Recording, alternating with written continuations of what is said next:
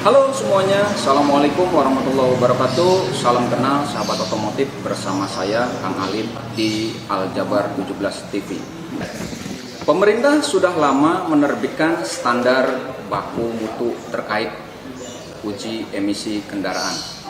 Namun masih banyak yang bingung cara membaca uji emisi dengan benar.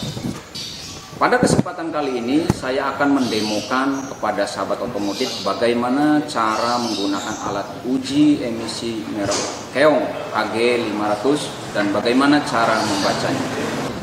Tonton terus ya sampai selesai. Jangan lupa untuk subscribe, like, share, and comment Aljabar 17 TV.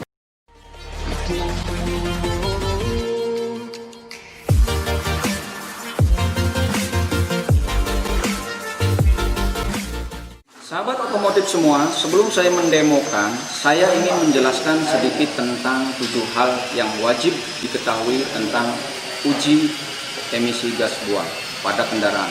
Langsung saja simak yuk. Melakukan pengujian emisi gas buang sangatlah penting karena sahabat otomotif bisa mengetahui kondisi dari mesin mobil sahabat otomotif sendiri. Dari cek emisi gas buang, kita bisa mengetahui bahan bakar boros atau tidak, kompresi mesin bagus atau tidak, dan pengapian mobil bagus atau tidak. Apa saja 7 hal penting yang wajib diketahui tentang uji emisi gas buang mobil? Yang pertama, sahabat otomotif harus mengetahui alat uji emisi gas buang ini berfungsi mengukur dan menganalisa kadar atau kandungan CO, ya, karbon dioksida, dan HC, hidrokarbon, lalu O2, oksigen, dan NOx, nitrogen oksida, atau AFR, ya, air fall ratio, dan lambda. Satuannya pakai persen volume, jadi angka yang akan tampil pada alat uji emisi merupakan nilai persentase pengukuran. Yang kedua, perlu diingat, mesin mobil harus dalam keadaan panas alias dalam temperatur kerja saat akan melakukan pengujian emisi, dan pengujian dilakukan saat mobil dalam kondisi idle tanpa adanya beban. Ya, contohnya AC, radio, lampu, dan lain-lain itu semuanya harus mati. Yang ketiga, data diambil atau dicetak setelah alat uji gas buang menampilkan angka kandungan CO, HC, CO2, dan lambda yang paling stabil. Yang keempat, kalau CO tinggi bisa berarti pembakaran kurang sempurna akibat kurangnya udara dan campuran dengan bahan bakar. Kalau untuk CO nilai ambang batasnya adalah 1,5%. Jadi kalau CO angkanya semakin kecil maka semakin bagus. Yang kelima, sementara HC itu menunjukkan bahan bakar yang tidak terbakar. HC nilai ambang batasnya adalah 2%. Sama seperti CO. Angka HC bila semakin kecil maka semakin baik. Yang keenam, data lain yang tercantum dalam laporan alat uji emisi adalah kandungan O2. Kalau kadar oksigennya terlalu tinggi pada hasil pembakaran, berarti indikasi kebocoran pada sistem knalpot mobil, ya, dan ambang batas oksigen adalah 1%. Yang ketujuh, ya, data terakhir yang muncul di hasil uji emisi adalah lambda. Lambda itu menunjukkan angka perbandingan ideal campuran bahan bakar dan udara di mesin. Dan nilai ideal dari lambda adalah 1. Umumnya lambda diukur 0,980 sampai 1,2. Kalau lebih atau kurang dari angka itu berarti campurannya tidak ideal.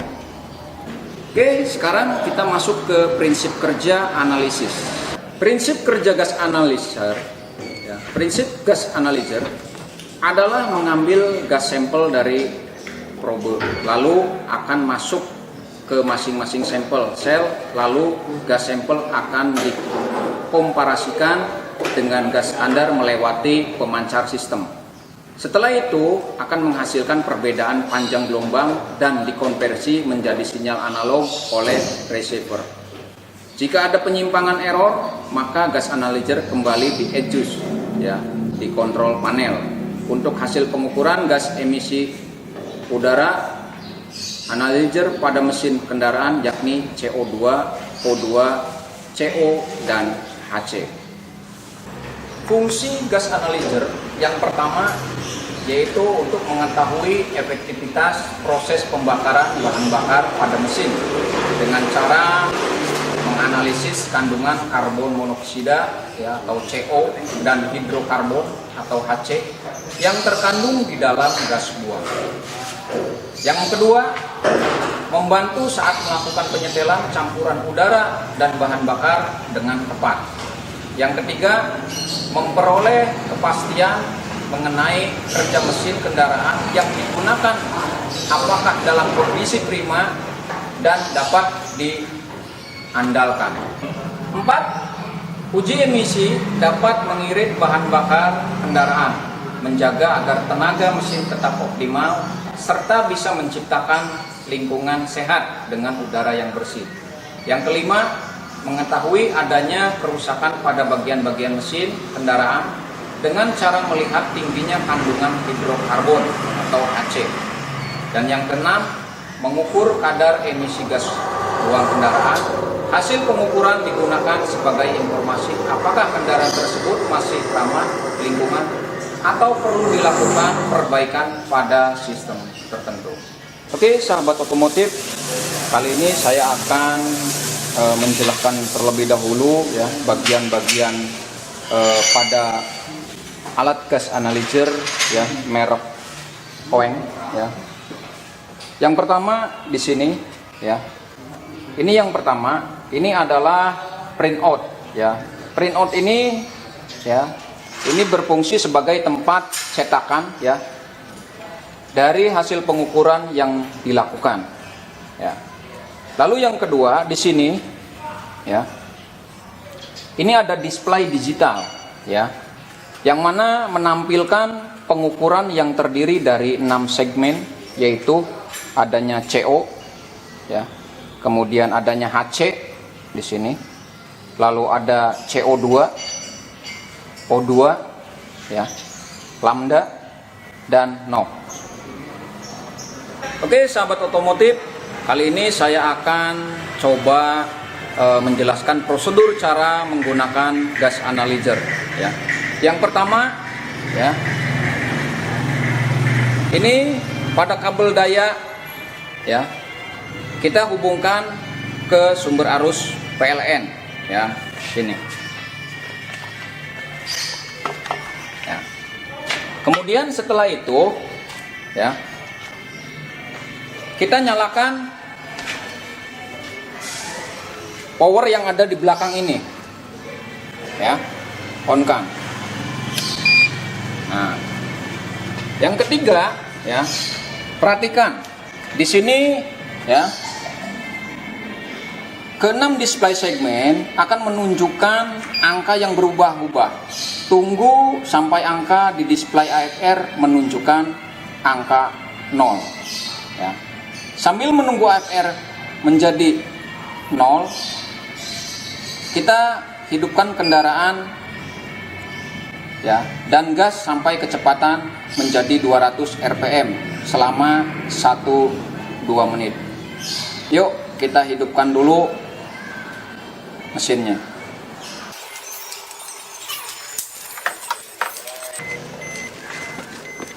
Oke, sahabat otomotif, kita hidupkan dulu ya mesinnya.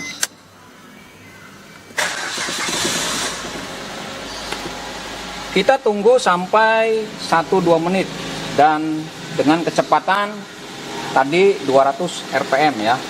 Kita gas saja dulu.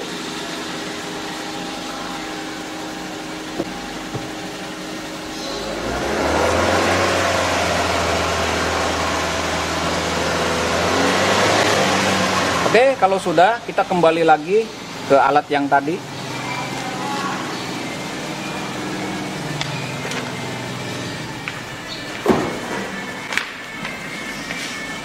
Kita lihat Ini tunggu sampai nilainya di angka 0.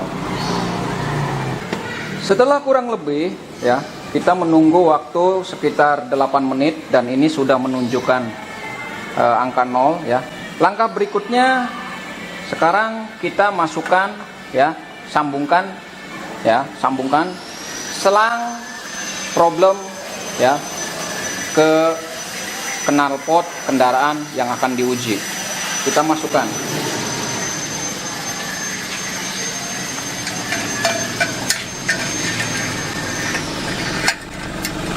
Oke, kalau sudah masuk, kita kembali lagi ke alatnya.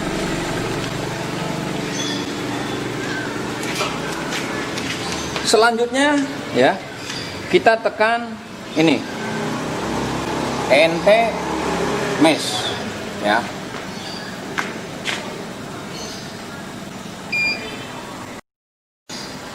Tunggu sampai display stabil.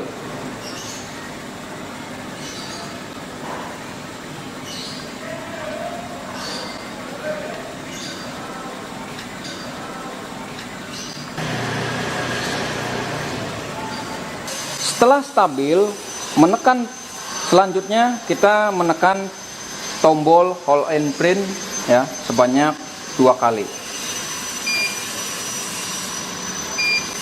Nah, ya. Lalu masukkan nomor polisi kendaraan yang akan diuji sebagai identitas dari kendaraan yang diuji pada display O2 ya, yang berkedip. Karena kita menggunakan mobil latihan ya, ini nomornya akan saya isi secara sembarang saja ya.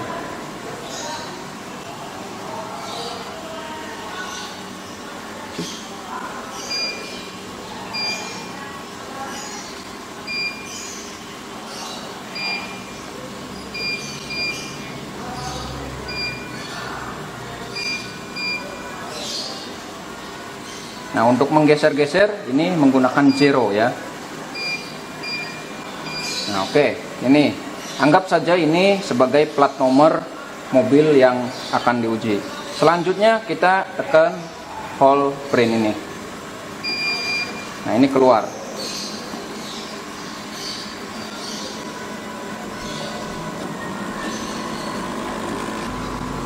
Jadi ya, hasil dari kandungan CO dan O2 ya, tidak sampai 1%. Padahal standar baku yang ditetapkan oleh pemerintah terkait uji emisi adalah 1,5% volume untuk CO dan 0,09% volume untuk O2. Nah, kita di sini perhatikan, ini CO-nya adalah 0,00% ya. Jadi CO-nya di sini kurang dari 1%. Ya, lalu untuk O2-nya ya ini 1,8% ya. Seperti itu. Jadi hasil dari uji emisi ya pada mobil R3 ini masih jauh di ambang batas nilai CO2 dan O2. Sedangkan hasil dari HC di sini terdapat 92 ppm ya.